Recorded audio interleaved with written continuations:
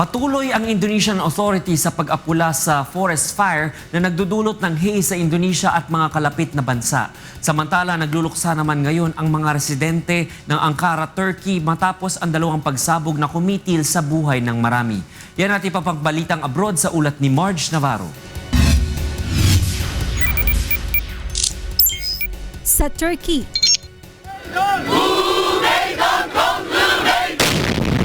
mahigit sa 100 ang nasawi sa dalawang pagsabog sa Ankara habang nagsasagawa ng peace rally noong Sabado.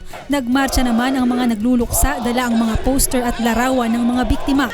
Naganap ang pagsabog sa lugar kung saan tahimik na nagsasagawa ng pagkilos ang mga nagpoprotesta laban sa gobyerno, bunsod ng mga kaguluhan sa bansa.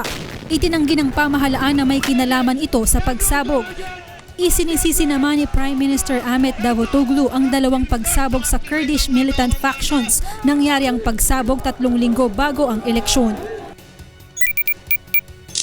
At sa Indonesia, patuloy ang pag-apula ng mga otoridad sa forest fire na nagdulot ng haze sa ilang bansa sa Southeast Asia.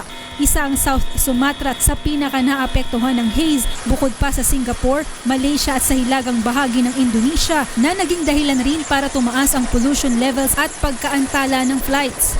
Humingi na ng tulong ang Indonesia mula sa iba pang bansa para mapatigil ang forest fire. Nagsimula na rin ang operation ng aircrafts mula sa Singapore at Malaysia sa Sumatra. Inaasahan naman na magpapadala ng military aircraft ang Australia ngayong linggo. Marge Navarro, UNTV News Worldwide.